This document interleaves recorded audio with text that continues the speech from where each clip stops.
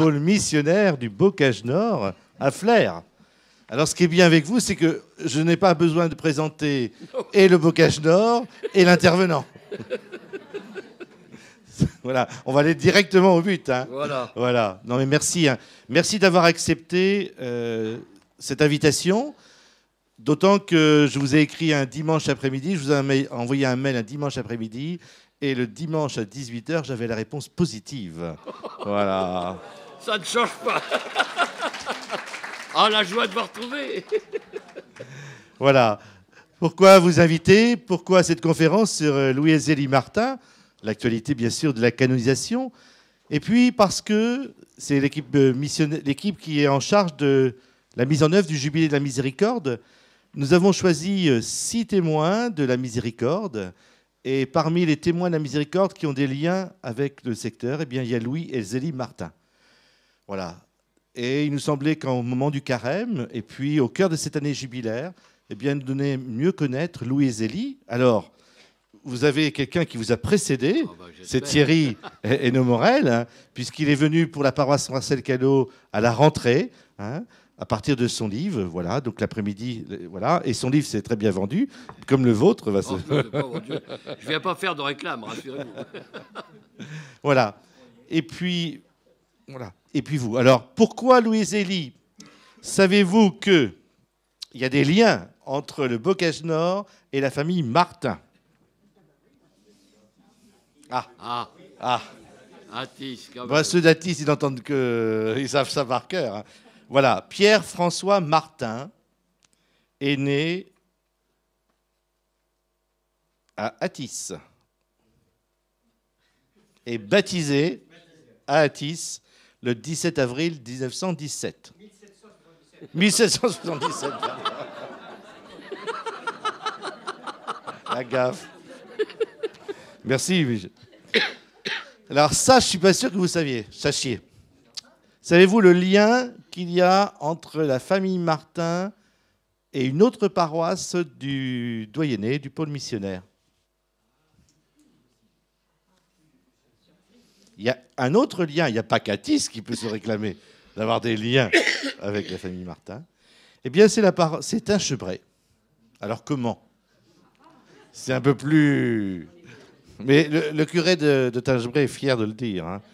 Eh bien, celui qui a baptisé la petite Thérèse à Notre-Dame d'Alençon, au mois de janvier, hein, eh bien, était l'abbé Dumaine, originaire de Tinchebray. Oh là. Originaire de Tinchebray. Donc voilà, pour les liens. Louis et Zélie Martin sont-ils vraiment connus dans l'Orne? Ça, c'est une sacrée question. Hein. Parce que vous êtes souvent posé. Sont-ils vraiment connus? C'est une question. Ils sont ensemble, écrivez-vous, le témoignage d'un chemin de sainteté choisi à deux, au gré des joies que partage une famille, des souffrances et de la maladie dont ils n'ont pas été épargnés. Les époux Martin ont mené une vie de confiance en Dieu, toujours premiers servis dans leur foyer. Loin d'une réalité abstraite, la sainteté est le fruit du oui donné à Dieu au cœur du quotidien. C'est leur oui que Monseigneur Boulanger manifeste à travers ce livre et va nous témoigner à travers cette conférence. Merci, Père Boulanger. Merci Philippe et merci à vous tous. Voilà, d'abord une petite confidence quand même.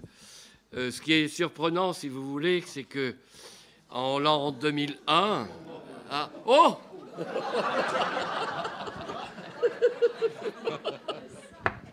une divine apparition. Bon, c'est bien. La joie de nous retrouver. Hein.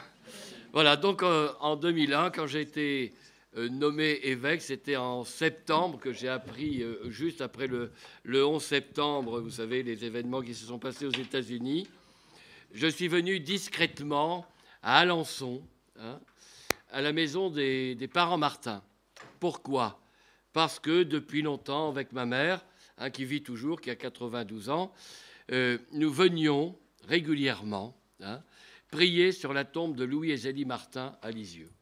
C'est quand même surprenant, vous voyez. Je venais prier Thérèse, j'ai toujours eu une grande vénération pour Thérèse. Et donc, ma première démarche, alors que j'étais nommé évêque, mais ce n'était pas encore public, je suis venu prier discrètement à la maison des parents de Thérèse, c'est-à-dire à la maison de Louis et Zélie à Alençon.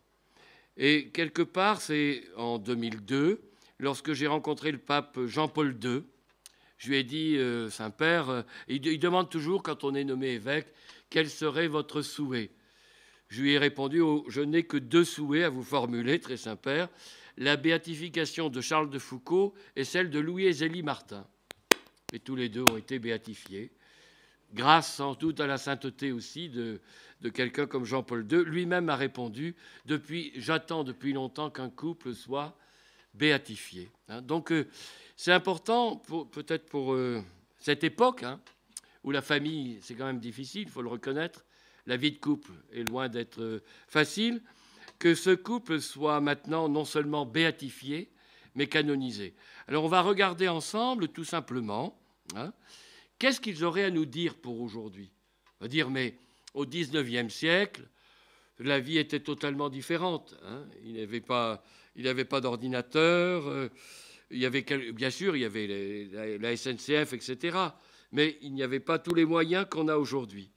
Eh bien, vous allez voir que, quelque part, ils ont des choses peut-être à nous dire, parce que l'amour, il n'est pas dépassé. Je crois que tout le monde cherche à aimer, à s'aimer, et eux ont cherché à s'aimer. Ça, c'est indéniable. Et quelque part, quand aujourd'hui on prononce encore cette formule, même si eux, ça a été une formule un peu différente, aujourd'hui, dans le sacrement de mariage, on dit « je te reçois ». Je te reçois comme époux, je me donne à toi. Vous voyez, c'est « je te reçois et je me donne » pour nous aimer fidèlement, dans le bonheur ou dans les épreuves, et nous soutenir l'un l'autre tout au long de notre vie. Je dirais que Louis et Zélie Martin, c'est ce qu'ils ont essayé de vivre. S'accueillir l'un l'autre dans leurs différences, s'aimer profondément, parce que ça a été un coup de foudre. Oui, c'est pas un mariage d'affaires, pas du tout. Ils se sont profondément aimés, ils ont aimé leurs enfants, et puis ils se sont soutenus vraiment l'un et l'autre. Et lors de la mort de Zélie, ça a été un véritable déchirement pour Louis. Ce qui montre que l'un et l'autre ont vécu, même si c'est 19 ans de mariage, vous allez dire, c'est pas énorme, d'accord, c'est pas 50 ans ni 60 ans de mariage, il n'empêche que cette vie de couple qu'ils ont vécue, cette vie de famille, elle demeure pour nous aujourd'hui. Alors, on va prendre un premier temps pour regarder en quoi ils ont fondé une communauté de vie et d'amour. Parce que, encore aujourd'hui, une vie de couple, une vie de famille, on essaie de créer une communauté. Voilà, c'est un beau projet pour des jeunes. On peut que les encourager, pas seulement à se marier, mais à fonder une communauté. Une communauté, je dirais, non seulement dans leurs différences, mais même là, au niveau spirituel. C'est ça qui est étonnant, c'est qu'ils ont pu prier ensemble, ils étaient différents au niveau de la foi, mais ils se sont rapprochés. Une véritable communion, non seulement de corps, de cœur, mais aussi d'âme. Or, bien souvent, aujourd'hui, des couples oublient aussi qu'ils ont une âme. Voyez, on est toujours le soir devant la télé, etc. On ne prend plus de temps pour être ensemble, pour parler de ce qui nous fait notre vie. Voyez, pas seulement de notre foi, mais ce qui fait notre vie au plus profond. Alors, eux ont vécu vraiment, on peut dire, dans le don de l'un à l'autre. Alors, vous savez bien, quand vous dites à des jeunes qui se préparent au mariage, tu sais, si tu passes à l'église, voilà ce qu'est le mariage chrétien, ça veut dire que tu acceptes de donner ta vie pour l'autre. Ils vont vous répondre, c'est pas écrit pigeon sur mon front. Ben oui, mais c'est ça, l'amour. Vous voyez, eux se sont donnés l'un à l'autre. Ils ont donné leur vie pour l'autre et pour les enfants. Pas seulement pour les enfants, mais aussi au niveau professionnel, vous voyez, dans leur entourage, etc. Donc, qu'est-ce qui les a aidés, finalement, à construire cette communauté de vie et d'amour? peut-être ça qui peut aujourd'hui nous aider. Hein. Une communauté de vie, c'est pas uniquement, voyez-vous, on se met ensemble pour dire ça coûtera moins cher. Non, ils se sont mis ensemble parce qu'ils s'aimaient profondément. Hein. Et c'est donc une communauté d'amour. Alors, prenons la personnalité de Louis. Donc on a évoqué hein, que son père est né ici à Athis. Quand il est revenu, il était capitaine. Et il avait été, Louis est né à Bordeaux, il était à Bordeaux à l'époque, il est revenu vivre à Alençon. Alors Athis faisait environ 3000 habitants à l'époque, mais c'était beaucoup plus retiré. Donc pour son métier, hein, qu'il voulait un peu prendre sa retraite et pour ses enfants, il y avait un lycée à Alençon, donc c'est la raison pour laquelle ils se sont installés tous les deux, les parents de Louis, à Alençon. Hein. Alors, qu'est-ce qui est particulier par rapport à Louis? C'est que pour son époque, ses parents ont accepté qu'il aille se former à l'extérieur.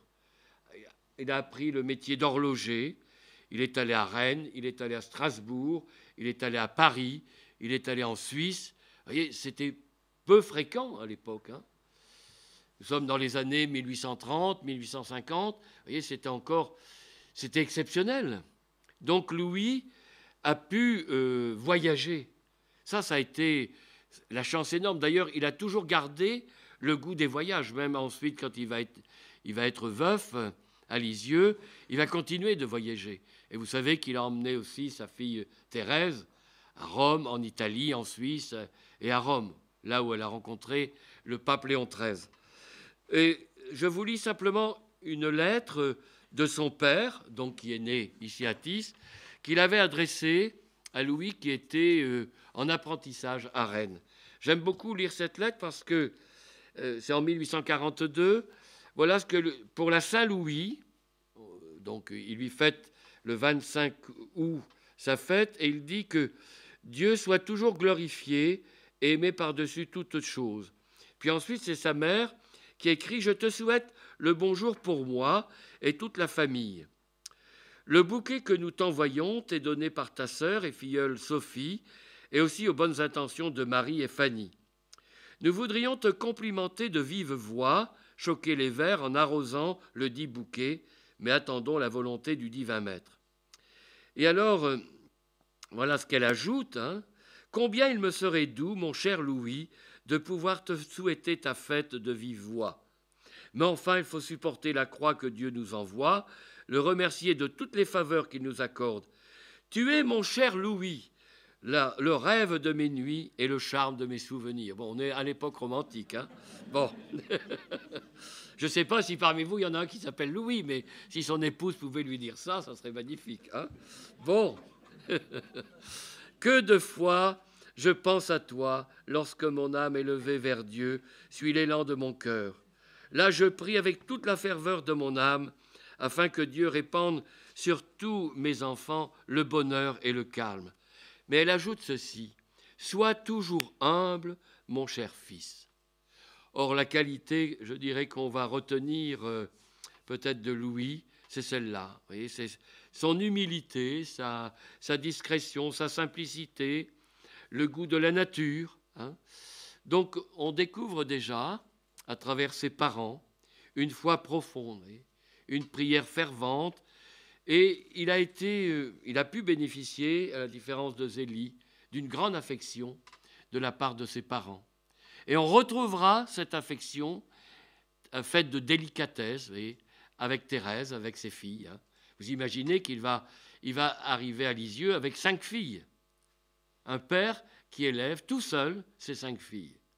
C'est quand même étonnant. Eh bien, ces filles seront témoins de la grande tendresse. Elle dira que leur père les a aimées avec un cœur de mère. Or, cette tendresse, cette affection, il l'a reçue de la part de ses parents. Donc, soyez fiers de son père à Athis, quand même. Hein. Voilà.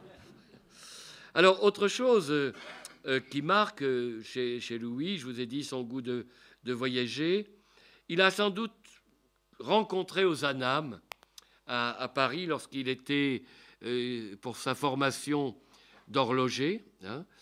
Or, vous savez que nous sommes en 1848, hein, c'est la Révolution de 1848, c'est le manifeste de Marx, hein, et c'est là où Ozanam va dire « Il est temps de montrer que l'Église peut plaider la cause des prolétaires ». Bon, Thierry a dû vous l'expliquer, il est bien plus compétent que moi. Hein, le catholicisme social n'était pas encore apparu, mais il allait naître. Or, Louis a eu une grande sensibilité au niveau d'un catholicisme social. Alors, a-t-il rencontré Ozanam? On ne le sait pas, mais en tout cas, il a baigné un peu dans cette atmosphère déjà, des conférences à Vincent de Paul, etc. Donc, tout en voyageant, il a pu découvrir, sans doute en 1848, hein, la condition des prolétaires de l'époque. Hein. Il y en avait sans doute aussi à Alençon, il en verra. Hein. Mais quand il a voyagé à Paris, etc., il a vu déjà la condition ouvrière. Sachez que c'était l'époque où les enfants, à 8 ans, descendaient dans la mine, dans le bassin minier, dans le Pas-de-Calais. Hein. On oublie parfois un peu cette période. Il va revenir lorsqu'il a 27 ans. Il revient à Alençon, chez ses parents. Là, il ouvre un magasin de bijouterie et d'horlogerie. Donc, il est compétent un peu aussi au niveau bijouterie. On peut dire que c'est un grand professionnel, que ses qualités sont reconnues par tout le voisinage et quelque part sa compétence. Il a un atelier, il a un magasin et il accueille aussi ses parents avec lui. C'est là qu'il aime aussi écrire un peu ses méditations. Il a pensé au Grand Saint-Bernard lorsqu'il est allé en Suisse, peut-être à une vocation religieuse. Il se pose encore des questions, mais bon, voilà, il va arriver bientôt à 34, 35 ans. Sa mère s'inquiète parce qu'il n'est pas marié, il ne semble pas avoir une vocation monastique, il aurait dû apprendre le latin, c'était trop tard, etc. Bon, et en même temps, c'est un homme très pieux, hein, qui fait l'admiration un peu des gens de son entourage. Quelques mots sur Zélie, hein, Zélie Guérin. Elle a 27 ans quand elle rencontre Louis. Il y a 8 ans de différence entre les deux, mais il y a beaucoup de choses qui les distinguent. C'est ça qui est important. Ce n'est pas du fusionnel. Deux éducations profondément différentes, même si le père de Zélie a été aussi gendarme à cheval, hein, dans la région d'Alençon, à Saint-Denis-sur-Sarton. La mère de Zélie a connu, elle était ouvrière agricole.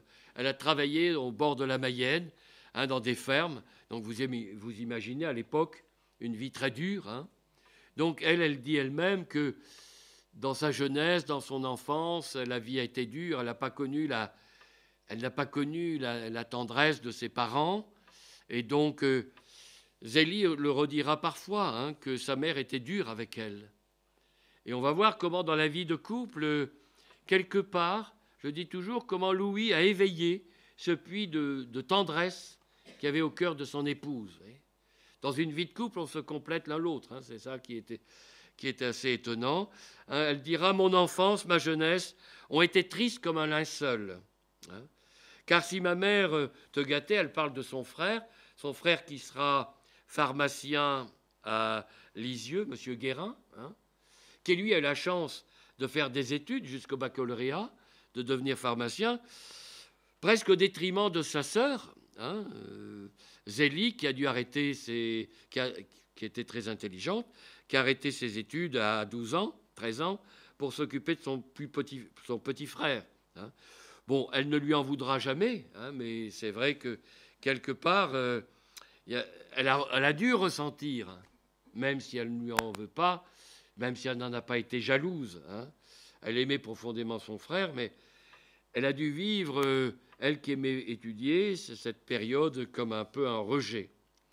Alors, ce qu'elle hérite un peu de ses parents, c'est un courage à toute épreuve, une grande force de caractère, on va le voir surtout à travers la maladie de son cancer. Hein. Elle va avoir un cancer du sein qui va durer plus de 10 ans, 11 ans. Hein. Et une profonde intégrité morale, mais aussi une éducation un peu janséniste. Alors, c'était quoi le jansénisme? Je vous donne un peu un exemple c'est en travaillant quand j'étais à C, hein, sur les archives que j'ai découvert ça. Nous sommes dans les années 1880, hein, et un prêtre écrit hein, à son évêque ceci: Monseigneur, je tiens à vous dire qu'aucune des âmes que vous m'avez confiées n'ira en enfer cette année. Hein, ça vous étonne, hein? Moi aussi. Bon. Alors pourquoi ils ne vont pas aller en enfer? Je voudrais vous dire que je n'ai eu qu'une seule fois à ouvrir le tabernacle. Donc, à Pâques, ils ont tous fait leur Pâques et tous s'étaient confessés la veille. Vous voyez? Donc, tous s'étaient confessés et tous avaient communié, non pas en état de péché mortel, mais en état de grâce. Vous voyez? Et après, il n'a plus jamais ouvert le tabernacle. Vous voyez, Thérèse elle-même, au Carmel, ne communiait pas tous les jours. Hein. Elle a demandé hein, au supérieur, qui a demandé à l'évêque, pour pouvoir communier plusieurs fois. Donc, de quoi on parlait à l'époque? Les sermons, c'était simple, on parlait de l'enfer. Donc tout le monde s'y retrouvait là. Hein. Vous voyez, c'était ça le jansénisme. Il y en a peut-être encore parmi vous, ou grands-parents ou autres, qui ont ces traces. Hein, c'est-à-dire que on ne pouvait rien faire, mais ne rien faire sans être en état de péché véniel minimum, souvent en état de péché mortel. Voyez. Donc, quelque part, Zélie a été profondément marquée par cette éducation très moraliste, très rigoriste, un Dieu un peu vengeur, vous voyez, un Dieu dont on avait peur. Donc, quelque part, ça va être, grâce à sa sœur, qui va être au monastère au Mans, hein, la Visitation, où Zélie va pouvoir peu à peu découvrir, vous savez, le visage de Dieu totalement différent. Hein. C'est donc le Saint François de Sales qui dit que Dieu est paternellement maternel. C'est beau ça. Hein. Dieu est père avec un cœur de mère. Et donc, quelque part, on va retrouver à travers Thérèse, toute la spiritualité de Thérèse, c'est une spiritualité qui vient, en gros, de Saint François de Sales. Quand elle dit tout faire par amour, même ramasser une aiguille par amour, ça peut sauver les âmes, ça vient du Saint François de Sales, ça. Alors vous dites, mais par où c'est passé? C'est passé par sa maman, qui a beaucoup évolué. On n'aurait pas Thérèse sans ses parents. Vous voyez. On n'aurait pas la spiritualité de Thérèse sans la spiritualité des parents. Aujourd'hui, grâce aux archives, on a eu accès à des archives à cause du procès quand même de béatification. Hein. Il y a quand même 1200 pages à peu près. Hein. Donc, quelque part, c'est là qu'on s'aperçoit l'évolution de la maman au niveau humain d'abord. Hein. Finalement, elle pensait être religieuse. Elle a bien vu qu'elle n'était pas faite. Enfin, les religieuses à Alençon lui ont dit « Non, vous n'êtes sûrement pas faite pour être religieuse. Hein. » Donc, elle a été un peu déçue. Et puis, c'est quand elle a eu ses enfants que peu à peu, on peut dire que sa maternité, sa féminité a pu s'épanouir. Hein.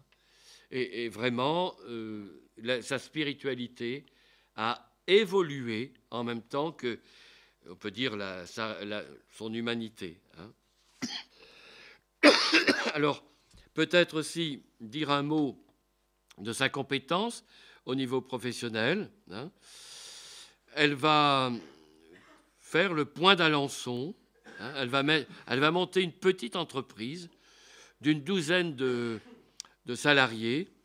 Et on peut dire que sa compétence professionnelle va être reconnue au point que dans la maison Pigache, pour laquelle elle travaille à Paris, elle recevra un prix au moment où elle va se marier, au mois de mai 1858, à Alençon. Elle reçoit une médaille, on pourrait dire aujourd'hui la médaille du travail, une médaille professionnelle pour reconnaître sa compétence professionnelle, hein, à la mairie d'Alençon. Donc c'est intéressant parce qu'on s'aperçoit aussi que autant Louis, en tant qu'artisan, il est compétent et elle va monter une petite entreprise, quand même 12 salariés, ce n'est pas rien, surtout qu'elle va traverser des périodes, on va être dans la guerre de 1870, hein, des périodes de chômage. Elle essaiera toujours de trouver du travail pour ses salariés, etc. Voilà, quelques mots rapides. Alors, le mariage, ben, ça va être un coup de foudre hein, sur le pont Saint-Léonard. Et là aussi, pour elle, elle priait la Vierge Marie afin qu'elle rencontre une âme sœur. Hein, et les parents se connaissaient, plus ou moins. Ils n'étaient pas de la même paroisse. Et c'est à ce moment-là, hein, quand elle rencontre Louis sur le pont Saint-Léonard, qu'elle a comme un attrait pour lui. C'est lui. Elle entend au fond d'elle-même, c'est lui que j'ai choisi. C'est la Vierge sans doute qui lui disait cela. Et donc, ça va être un véritable coup de foudre. Pratiquement 3 mois après, ils sont mariés. Et on peut dire que ça sera un couple qui peu à peu s'appuiera sur son amour. Alors, avant de voir un peu leur vie de mariage, hein, 1858, vous voyez, nous sommes en 12 juillet 1858. Vous allez dire, c'est loin. Oui, mais vous connaissez tous le 11 février 1858, les apparitions de la Vierge à Lourdes, vous voyez, hein, 1858. Et moi, je connais aussi le 15 octobre 1858, la naissance de Charles de Foucauld à Strasbourg. Hein. J'aime beaucoup prendre ces 3 exemples parce que ça montre la condition sociale de l'époque. Nous sommes au début du Second Empire. Il y a d'un côté l'aristocratie. Charles de Foucauld, il a un ancêtre qui a servi sous Saint-Louis. C'est une famille aristocratique où on est d'abord militaire. Hein.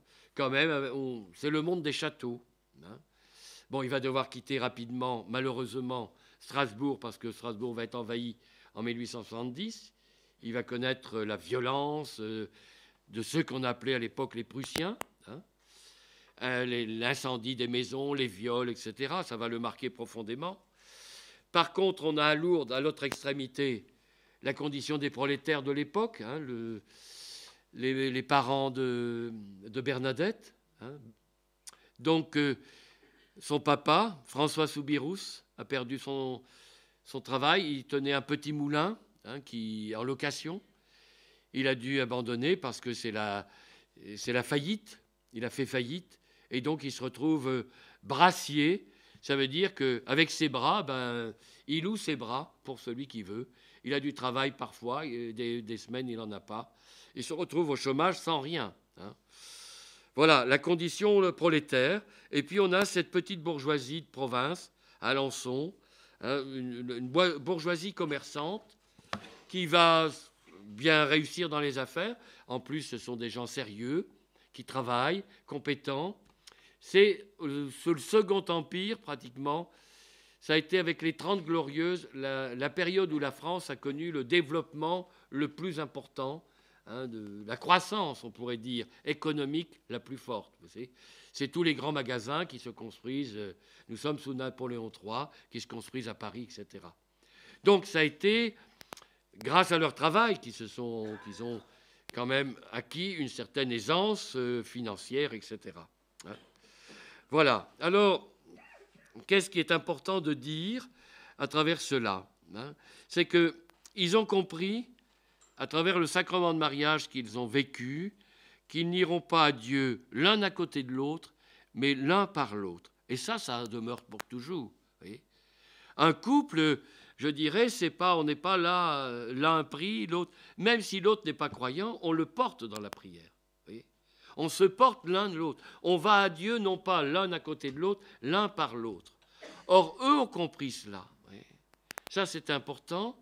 Alors, la devise du couple, c'est quand on a fait construire, donc aménager la maison à Alençon, on était tous d'accord pour mettre cette devise. Hein, elle est là entre la chapelle et la maison, donc dans la chambre où Madame Martin est décédée, où Thérèse est née. la première parole qu'on a pu mettre, c'est Dieu premier servi. Alors ça ne vient pas d'eux, c'était Jeanne d'Arc, hein, c'est la devise de Jeanne d'Arc, mais c'était leur devise. Donc Dieu est premier servi. Le matin, à 5 heures, ils se levaient, ils allaient à la messe, la première messe, vous voyez, donc c'était leur manière à eux de servir Dieu. Le dimanche, Louis aurait pu ouvrir son magasin, beaucoup demandaient, puisqu'il y avait beaucoup de personnes qui venaient. Bon, eh ben par fidélité à sa foi, il n'a jamais accepté d'ouvrir son magasin le dimanche, etc. De même que Zélie ne travaillait pas le dimanche. Bon, elle faisait la cuisine, bien sûr, mais en général, ils aimaient aller marcher dans la campagne, etc. Ce qui va aussi peut-être être très marqué, c'est que Louis, je vous ai dit, a aimé de manière très affectueuse, très sensible, sa femme et ses filles. Et même sa délicatesse, vous voyez, a permis, sans doute, sa tendresse aussi, que l'éducation rigoriste et de son épouse puisse quelque part, non pas s'exprimer, mais s'effacer pour exprimer sa tendresse. Louis a eu une grande patience. Et ils avaient 2 tempéraments opposés presque. Hein. Elle était très active, enfin, il fallait toujours qu'elle fasse quelque chose. Louis, lui, il aimait aller à la pêche, etc. Il aimait lire. Bon, donc j'imagine que de temps en temps, elle devait le secouer. Lui devait dire patience, patience, voyez. Vous devinez le couple. C'est beau, hein. C'est beau parce que c'était pas du fusionnel, je vous ai dit, hein. Et en même temps, il y avait entre eux une grande humilité. C'est ça qui est important. Zélie était anxieuse, angoissée, inquiète, toujours devant l'avenir, d'où elle avait toujours peur de ne pas y arriver, que les affaires marchent mal, que Louis, qui avait quitté son travail, il avait abandonné l'horlogerie, et il était un peu le représentant commercial, vous voyez, de la maison. Donc, elle avait peur qu'il revienne sans commande de la maison Pigache à Paris, etc. Or, Louis, quand il lui envoyait une lettre, etc., d'abord, il lui disait toujours son amour, sa tendresse, enfin, elle aussi d'ailleurs, hein, mais il la rassurait toujours, vous voyez, toujours. Alors, on peut dire que leur vie de couple, c'était un oui au quotidien, soutenu et éclairé par la grâce, vous voyez, c'est ça. La grâce ne supprime pas la nature. Je crois que si vous dites « Ah, ben si on se marie à l'église, on va se marier à l'église, comme ça ton tempérament, il va changer. » Non, rassurez-vous. Non. Non, il gardera son tempérament. Vous voyez ? Mais la grâce ne change pas la nature, mais elle la transfigure. Vous voyez ? C'est quelque part, ils ont réussi à s'accueillir dans leurs différences, à s'ajuster l'un l'autre. Alors, Louis, il avait un petit endroit, le Belvédère, un petit endroit, pardon, où il allait hein, se réfugier, il allait à la pêche, etc. Bon, c'était son endroit à lui. Madame Martin avait sa table, etc. Bon, elle travaillait parfois jusqu'à 11 heures du soir, donc elle ajustait les différents éléments du point d'Alençon. Hein. Or, quelque part, je dirais que Zélie s'est réconciliée avec elle-même, avec ses racines. Parce qu'avec ses parents, ça n'a pas été facile. Ils ont tenu un petit café à côté, ça n'a pas marché. Bon, et elle avait un père un peu grincheux qu'elle a accueilli chez elle. Or, bien souvent, grâce aussi à la patience de Louis, on peut dire qu'elle s'est acceptée avec son tempérament. Et donc, être saint, ça ne veut pas dire ne pas faire de mal à une bouche. Hein. Vous voyez bien hein. Quelque part, elle est restée elle-même. Et Thérèse, vous savez, Thérèse avait un sacré tempérament. Hein. Hein, donc, vous savez qu'au Carmel, il l'appelait la grande biquette. Hein. Donc, c'était pas rien. Hein. Bon, et Thérèse, je ne sais pas si vous le savez, mais elle roulait aussi les airs, un peu comme dans certains coins d'ici. Hein. Donc, elle faisait remarquer, quelque part. Donc, on n'a pas radicalement à changer. On ne peut pas se changer. Son tempérament, et fondamentalement, simplement, la grâce transfigure, c'est-à-dire qu'elle nous réconcilie avec nous-mêmes. Madame Martin, Zélie a appris à s'aimer elle-même, à aimer son mari, bien sûr, et ses enfants. Parce que Dieu sait, si elle a été parfois dure avec Léonie, qu'elle avait beaucoup de mal à supporter. Hein, beaucoup de mal à supporter Léonie. Cette pauvre Léonie, qu'elle disait. Vous savez, si vous avez une fille que vous dites, cette pauvre Françoise, bon, c'est pas... Si elle entend ça, hein, ben oui, ça montre aussi que, vous voyez, Thérèse, elle était avec Céline, Marie était avec Pauline, les deux aînés, mais voilà, Léonie s'est retrouvée toute seule au milieu de la fratrie. Hein, malade à l'âge de 2 ans. Hein, quand on pense que Louis a fait le trajet, c'est pratiquement 42 km aller-retour entre C et puis Alençon, hein, 2 fois pratiquement 21 km. Donc, pour prier pour la guérison de Léonie, qui avait 1 an et demi, qui allait se mourir, et il attribue toujours une partie de sa guérison, même si elle a eu des séquelles, à Notre-Dame de C. Il est venu prier à la cathédrale de C. Hein. Donc, voilà, hein, ça veut dire que quelque part, l'amour de Dieu, mais aussi l'amour humain, leur a permis, je dirais, de s'humaniser, de s'aimer à travers leur pauvreté, et quelque part aussi de laisser la grâce les transfigurer. Alors, un chemin de sainteté, ben, je dirais que ça a d'abord été un chemin de fraternité entre eux. Parce que si on est époux et épouse, on est aussi frères et sœurs. Et c'est très beau parce que dans la foi, on a aussi à se porter l'un l'autre. Je vous donne un peu cet exemple qu'un jour on m'a raconté. C'était le cardinal Danels qui m'a raconté ça, où je l'avais rencontré, je crois, à Lourdes. Et il avait un jour à Bruxelles rencontré un petit garçon qui devait avoir 6-7 ans et qui portait sur son dos un frère handicapé qui devait avoir 12-13 ans, beaucoup plus lourd que lui. Et le cardinal Danels lui dit, mais il est trop lourd pour toi. Et ce garçon lui a répondu, non monsieur, il n'est pas trop lourd, c'est mon frère. Il n'est pas trop lourd, c'est mon frère. Donc pensez souvent à cela. L'autre que Dieu vous a donné, vous a confié, c'est un frère ou une sœur. Vous avez sans cesse à l'épouser, hein, jusqu'à la fin presque de votre vie. Comme on est dans le carême, ben, on apprend à supporter. Hein. Mais on peut aussi s'aimer, je dirais, dans ces différences. Or, ça a été peut-être cette expérience qu'ils ont vécue, parce que dans les difficultés et les peines, ils se sont toujours confiés l'un à l'autre. Et c'est ça. Ça a été important aussi. Et ils ont remis tout ce qu'ils vivaient entre les mains du Seigneur. L'une des croix les plus lourdes, hein, ça a été, bien sûr, le cancer de Madame Martin, mais c'est quand même la mort de 4 enfants. Ils ont eu 9 enfants, et 4 enfants, dont la petite Hélène, qui est morte à l'âge de 5 ans, hein, qui aurait dû être avec Léonie. Vous voyez, les 2 garçons qui sont morts en bas âge, et une autre Thérèse, juste avant la naissance de Thérèse. Vous voyez, Thérèse est la dernière, mais 1 an et quelques mois avant elle, elle a eu une petite sœur.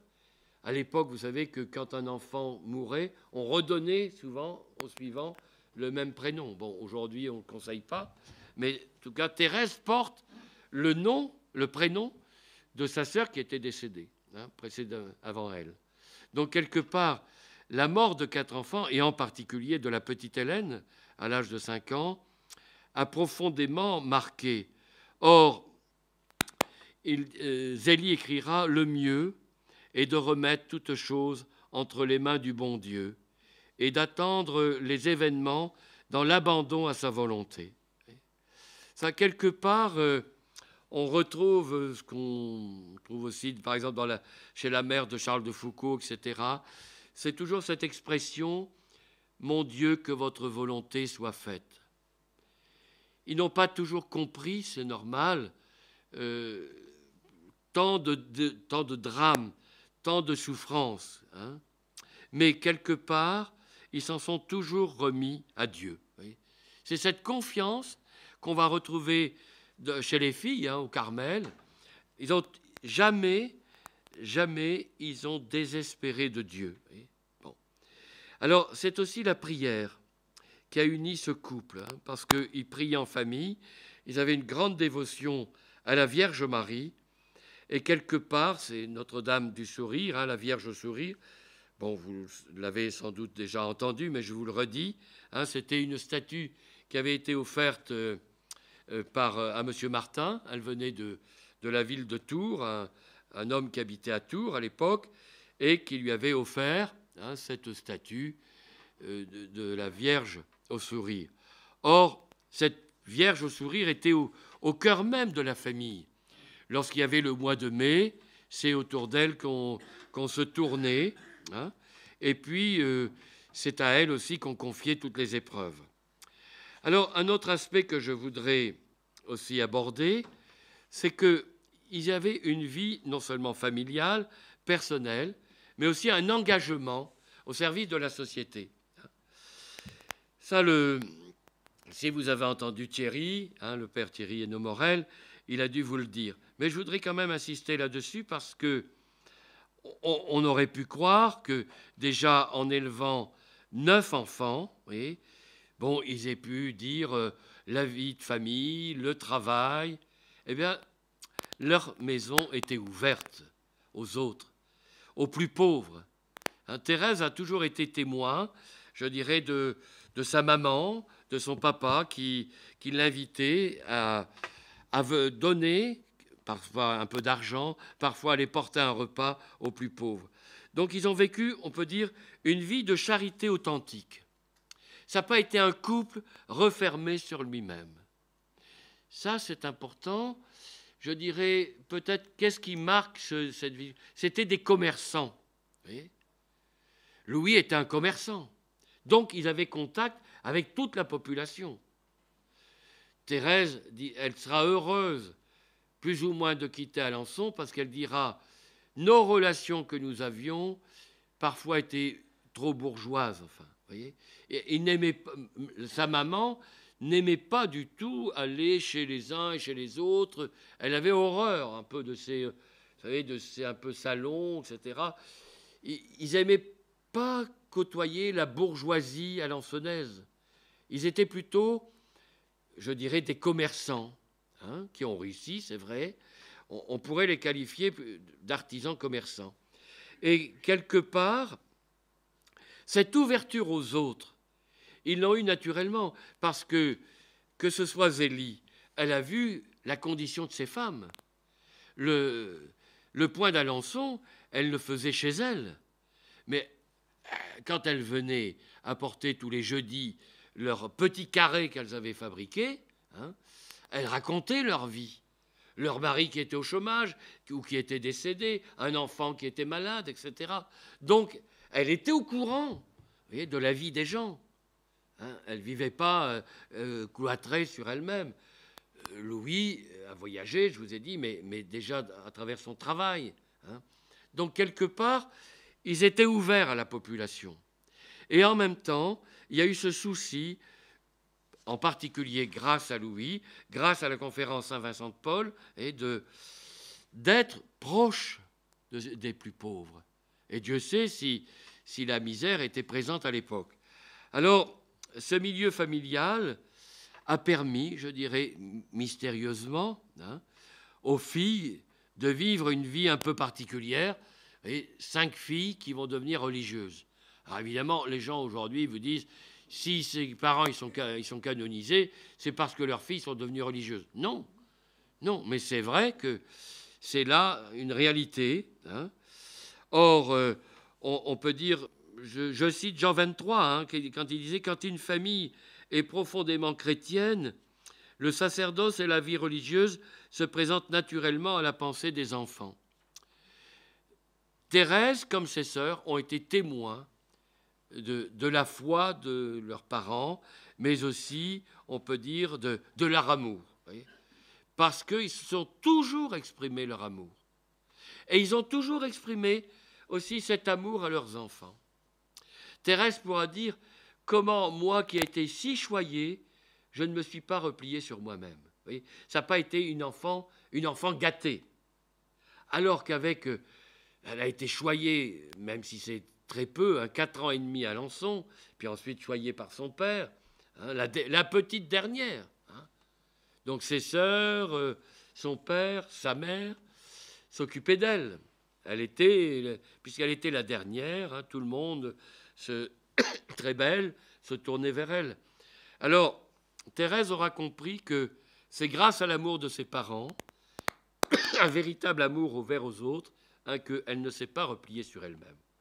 Et ça, elle l'a vu, elle l'a vécu auprès de ses parents, elle a été témoin de leur amour et elle a reçu. Et combien de fois son père, sa mère lui ont dit qu'ils l'aimaient. Elle se souvient de cela, même comme elle dit, si les années ensoleillées de mon enfance sont passées si vite. Alors je voudrais revenir un peu sur Louis. Là, nous passons à Lisieux. Donc, 1877, Zélie meurt d'un cancer au mois d'août, 27 août 1877. Ce cancer qui a évolué. Et quand on a ouvert le cercueil pour la béatification, les médecins légistes qui étaient là, même l'omoplate, l'omoplate gauche, était atteinte rongée en partie par le cancer. Donc vous imaginez la souffrance qu'elle a dû vivre. C'est un cancer du sein qui s'est développé pendant 11 ans. Elle s'était sur une armoire, enfin le coin d'une table, quand elle était jeune fille. Elle s'était choquée contre une table, le sein gauche, et c'est là que le cancer après s'est développé. Donc c'est la fin de sa vie a été atroce, puisqu'il n'y avait rien pour calmer. Elle est allée à Lourdes au mois de juin de cette année-là, espérant, contre toute espérance, que la Vierge la soulage. Or, elle revient encore plus malade qu'elle n'était partie. Malheureusement, en le plongeant dans la piscine, dans une des piscines, elle était déjà tellement souffrante qu'ils ont commis une maladresse au point qu'elle est revenue encore plus handicapée qu'elle n'était partie. Et quand Louis l'a vue descendre du train à Alençon, il s'est effondré en voyant sa femme dans l'état où elle était. Et c'est vrai que presque 3 mois après, elle va décéder. Et le cancer était déjà généralisé. Alors, le veuvage de Louis, vous voyez, il a 54 ans. Pour lui, c'est un tournant immense à négocier. Je dis ça parce que, vous voyez, ils ont connu des joies, ils ont connu des épreuves. Comment il va vivre le veuvage? Il se retrouve tout seul avec 5 filles. Il faut assumer cette dure réalité. Et l'être tant aimé n'est plus là. Pour lui, c'est un immense vide. Et celle avec qui il ne faisait qu'un est désormais présente d'une autre manière. Ça aussi, c'est quelque part, ça a été un moment très dur pour lui. Et en même temps, cette conviction profonde que sa femme, que Zélie continuait de l'aimer. Qu'elle était là présente, qu'elle l'aiderait à éduquer ses filles, etc. Bon, ça a été sa conviction profonde. Les mois qui suivent la mort de Zélie l'accaparent, il faut déménager, sans doute à Lisieux. Pour lui, c'est très dur de quitter Alençon parce que tous ses amis sont à Alençon. Le cercle vital romé, il est quand même là installé depuis l'âge de 27 ans. La tombe de son épouse, de ses filles et de ses fils, de ses enfants, reste à Alençon. Donc il les quitte. Pourquoi il vient à Lisieux? Parce qu'il a son beau-frère qui est là-bas, qui lui a trouvé une maison, et surtout pour ses filles, où il a quand même leur tante qui pourra s'occuper d'elles de temps en temps.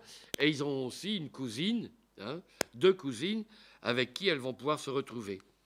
En même temps, il abandonne non seulement ses amis, ses responsabilités dans la paroisse, dans les associations chrétiennes, conférences à Vincent de Paul. Et il sait bien qu'à Lisieux, pour l'éducation de ses filles, c'est sans doute mieux, mais ses amis l'encouragent plutôt à rester à Alençon. Pour lui, ça va être une rupture difficile. Or, il faut régler la cessation du commerce du point d'Alençon. Il demande à ses filles aînées, Marie et Pauline, qu'est-ce qu'il faut faire. Et elles lui disent, nous ne voulons pas être trop isolés sur cette terre. Nous préférons plutôt rejoindre à Lisieux notre tante et notre oncle. Hein. Et pourtant, Marie écrit « Pauvre père, cela me ferait bien de la peine s'il devait être malheureux à Lisieux. J'ai peur qu'il ne s'y habitue pas. À Alençon, il avait ses amis d'enfance, son pavillon, sa pêche, voyez. Et à Lisieux, il n'aura pas tout cela. J'ai eu beau lui faire remarquer, afin que plus tard il ne le regrette pas, rien n'a pu le faire changer d'avis. » Et Thérèse écrira dans le manuscrit A, « Je regarde comme une grâce de n'être pas resté à Alençon. Les amis que nous y avions étaient trop mondains. Ils savaient trop allier les joies de la terre avec le service du bon Dieu. » Alors c'est vrai que ça va être une épreuve. On a l'impression que cet homme qui arrive, vous voyez, un père qui se retrouve seul avec ses 5 filles à Lisieux, c'est une originalité pour l'époque. Hein. La plupart des hommes se remariaient afin que la nouvelle épouse s'occupe des filles. Lui, il reste veuf, il ne travaille pas à l'extérieur, il vit un peu de la vente de son commerce, vous voyez. Bon. Donc il s'occupe de l'éducation de ses filles. Vous imaginez, dans cette petite ville de province comme Lisieux, ça doit... les commentaires, hein, bon, les incompréhensions, et même un certain rejet. Hein, il n'est pas connu, il vit un peu à l'écart, il n'a pas réussi vraiment à se faire de vrais amis. Hein, donc, quelque part, ce n'est pas facile. Il doit y avoir un certain rejet, une exclusion. Une famille composée d'un père venant de l'extérieur, dont le seul lien familial est une belle famille, doit poser beaucoup de questions au voisinage. Alors, il manque les grands-parents, qui ne sont pas là, il manque des oncles, des tantes, au fond, tout ce qui compose les liens familiaux au sens large. Voilà, bon, je dirais, vous voyez, ça montre que la vie de famille, elle n'est pas toujours si facile. Bon, entre guillemets, hein, c'est une famille monoparentale, bon, pas semblable à celle que nous vivons aujourd'hui, mais quelque part, il est seul. Il est seul pour élever ses enfants. Hein. Donc, lourde tâche, hein, l'éducation, etc. Donc, Thérèse va être profondément marquée par son père. C'est ça qui est étonnant, et que, par exemple, dans l'histoire d'une âme, ce texte ce récit qu'elle a composé, 56 pages évoquent le nom de son père. Il est cité une centaine de fois. C'est ça qui... Et Thérèse écrit « Comment pourrais-je redire toutes les tendresses que papa prodiguait à sa petite reine ? Il est des choses que le cœur sent, mais que la parole et même la pensée ne peuvent arriver à rendre. » Oh, ils étaient beaux pour moi les beaux jours où mon roi chéri m'emmenait à la pêche avec lui, etc. J'aimais la campagne, les fleurs, les oiseaux, etc. Donc, quelque part, cet amour que Louis va essayer de témoigner, hein, c'est important parce que cet amour va se vivre entre les filles elles-mêmes. Elles vont essayer, à leur manière, de s'occuper des plus jeunes. Vous voyez. Ça aussi, ce n'est pas rien. Qui allait faire la cuisine? Qui allait faire le ménage? Qui allait s'occuper des plus petites? C'est les aînés qui ont accepté à tour de rôle, avant d'entrer au Carmel chacun leur tour, de s'occuper un peu de la famille. Alors, un autre événement par lequel je vais terminer avant une conclusion, c'est le père humilié. Vous savez sans doute, pour ceux qui connaissent la vie de Louis Martin, hein, il va avoir presque une congestion cérébrale, hein, qui va survenir. Et à ce moment-là, il va perdre aussi, il va avoir des ennuis financiers, ses placements, et il va perdre plus de 50 000 francs avec la compagnie de Lesseps, qui est liquidée. Sa maladie progresse, il a des troubles de la mémoire, et il laisse périr, il avait des perruches, il y avait des tas d'oiseaux, etc., pour vous dire qu'il laisse même périr sa perruche favorite. Or, quand il s'absente, les filles découvrent qu'il ne rentre plus à l'heure, ce qui inquiète beaucoup Céline. Hein. Elle craint même pour sa vie. Il se rend compte lui-même de ses infirmités, de ses incapacités. On le retrouve un jour au Havre, où il est parti sans prévenir. Hein. Et quelques semaines plus tard, il a failli être écrasé par un train qui arrivait en gare. Et Céline a dû le tirer violemment, hein, pour empêcher qu'il soit écrasé par ce train. Hein. Et en 1888, elle écrit « Papa est très malade. Non point de parole, point d'expression. Je crois qu'il souffre beaucoup. Sa pauvre figure est aujourd'hui d'une pâleur mortelle. » Or, la maladie de Louis progresse à tel point qu'en 89, il perd le contrôle de lui-même. Et Thérèse écrit « Je ne savais pas que, un mois après ma prise d'habit, notre père chéri boirait à la plus amère, la plus humiliante de toutes les coupes, c'est-à-dire que Louis est conduit au Bon Sauveur à Caen, hein, une institution spécialisée pour les malades mentaux. Vous savez qu'à l'époque, hein, c'était les Sœurs du Bon Sauveur, qui sont toujours là, près de Caen, hein, mais qui ont laissé maintenant cet hôpital. C'est l'hôpital psychiatrique de Caen. Hein, et c'était l'asile des fous. Hein, c'est ainsi qu'on l'appelait. Donc vous imaginez, pour la famille, pour les filles, les heures. D'ailleurs, à Lisieux, on ne se gênait pas pour dire, si ces filles n'étaient pas rentrées au Carmel, si elles s'étaient davantage occupées de leur père, ils ne seraient pas devenus fous. Hein, voilà. Donc, vous voyez, les commentaires, ça y allait. Il n'y a pas qu'aujourd'hui qu'il y a des commentaires. Hein. Bon, donc, quelque part, cette humiliation que la famille va subir, hein, c'est aussi important. Louis se rend compte par moments, hein, que le lieu où il est conscient, etc. Et en même temps, il va vivre comme un pauvre au milieu des pauvres, les écoutant, les soutenant, priant pour eux.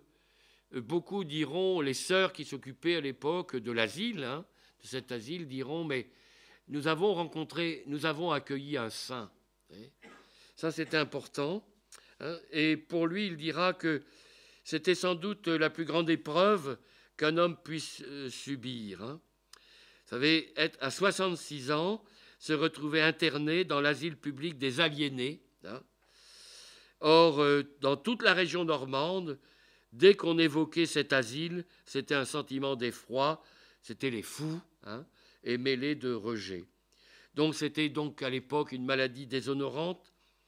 C'est donc dans ce contexte d'humiliation sociale, mais aussi physique et mentale, que Louis vit sa maladie. Hein. Or, les filles vont subir un certain nombre de remarques. Par exemple, au Carmel, un jour, Pauline, hein, au parloir, nous entendîmes les choses les plus dures sur notre pauvre père. On employait, en parlant de lui, des termes méprisants. Même en récréation, des sœurs parlaient de la maison du Bon Sauveur, de ce que les fous peuvent faire, des camisoles de force qu'on leur met. Or, Louis Martin est placé dans le quartier Saint-Joseph, destiné aux malades tranquilles ou semi-tranquilles. Il n'était pas dans les plus violents, etc. Mais vous voyez cette humiliation qu'il va connaître, hein, avant une paralysie générale, et il va donc décéder. Il va sortir au bout de 3 ans, et c'est en 94, hein, que décède Louis Martin près d'Évreux. Alors, on peut dire que, proche de 71 ans, il montre simplement, comme son épouse, que la sainteté est à vivre dans le quotidien de la vie, et qu'il y a des joies, il y a des souffrances, il y a des moments, je dirais, de grand bonheur et des moments de grande souffrance. Louis Martin a compris, comme son épouse, que si le grain de blé ne s'offre pas, ne meurt pas en terre, il ne peut pas donner de fruits. Alors, peut-être ce on pourrait dire aujourd'hui, en conclusion, c'est que toutes les familles sont appelées à un chemin d'humanité, de sainteté. Et la famille, ça demeure toujours ce lieu, je dirais, où grandit en humanité. On apprend l'expérience de la vie, hein, on apprend à s'aimer, on apprend à connaître les autres, on communie dans la différence, ce n'est pas facile. Hein. On choisit ses amis, on ne choisit pas ses frères, ses sœurs. Et bien que dans une famille, c'est difficile parfois de s'accepter dans sa différence. De s'aimer, c'est encore parfois plus difficile. Hein.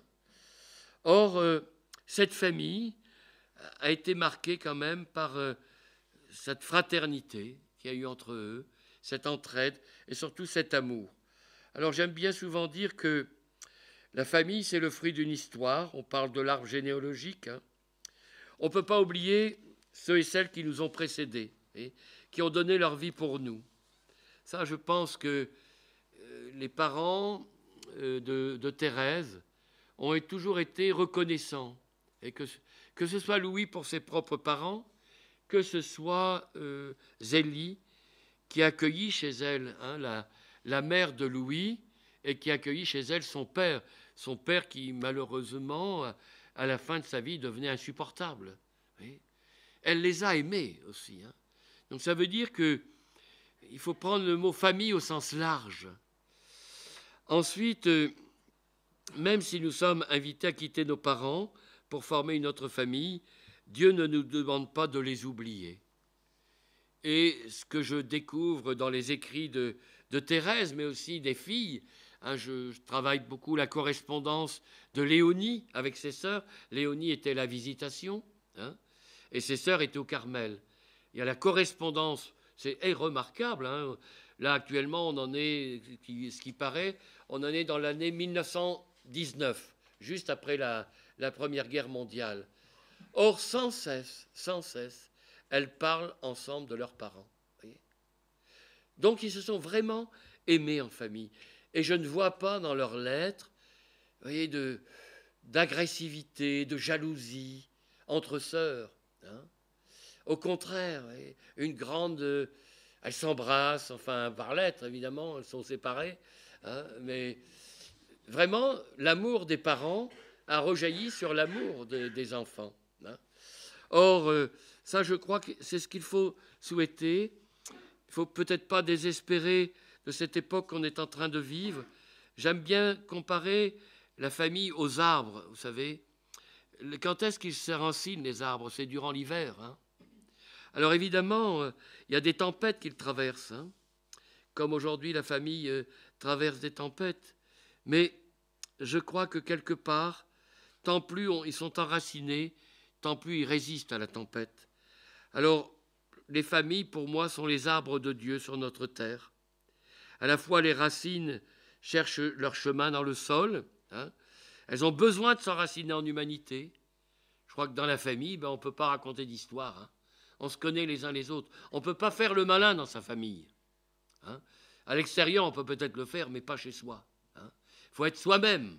On est soi-même. Ça veut dire qu'on s'enracine en humanité, c'est ça. On s'enracine dans la terre. Mais en même temps, on est fait aussi pour chercher le ciel. Les branches cherchent le ciel, vous voyez. Quelque part, on est fait pour au-delà de nous-mêmes. Et c'est là que l'amour de Dieu est au cœur de la famille. Il faut demander à Dieu de mettre son amour au cœur de vos familles, vous voyez. C'est ce que Louis et Zélie ont essayé de faire. Ils se sont aimés de leur amour humain, mais ils se sont aimés de l'amour de Dieu. Et peut-être aussi que de notre vie, qu'est-ce qu'il va rester? Eux nous disent, il ne restera que l'amour qu'on a mis sur cette terre. Vous voyez. C'est ça. Leur message, c'est celui-là. Et puis, c'est la phrase de Thérèse, mais elle l'a vu vivre sur le visage de ses parents. Aimer, c'est tout donner, se donner soi-même. Vous voyez. Je crois que c'est ça qu'elle a retenu de ses parents. Ils se sont donnés totalement l'un à l'autre et ils se sont donnés aussi pour leurs enfants. Et quand Thérèse essaiera de définir à la fin de sa vie Qu'est-ce que peut être l'amour chrétien? L'amour selon l'Évangile. Qu'est-ce qu'aimer selon l'Évangile? Ben, elle dira, aimer, c'est tout donner et se donner soi-même. On le donne à un mari, à une épouse, on le donne à des enfants, on le donne à d'autres personnes. Voilà, je crois que, vous voyez, ce n'est pas original, ce que ses parents, cette famille peut nous dire, mais ça nous rejoint.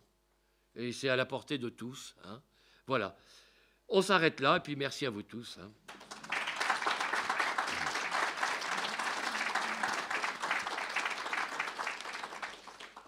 Il y a peut-être 2-3 questions, hein. Je ne vais pas vous retenir plus longtemps non plus, mais il y a des questions, des explications, il ne faut pas hésiter. Hein. Voilà, donc merci Père Boulanger de nous rendre proches, Louis et Zélie, hein, de les faire vivre au milieu de nous, et puis de découvrir peut-être des choses qu'on ne savait pas. Hein. Voilà, peut-être des réactions.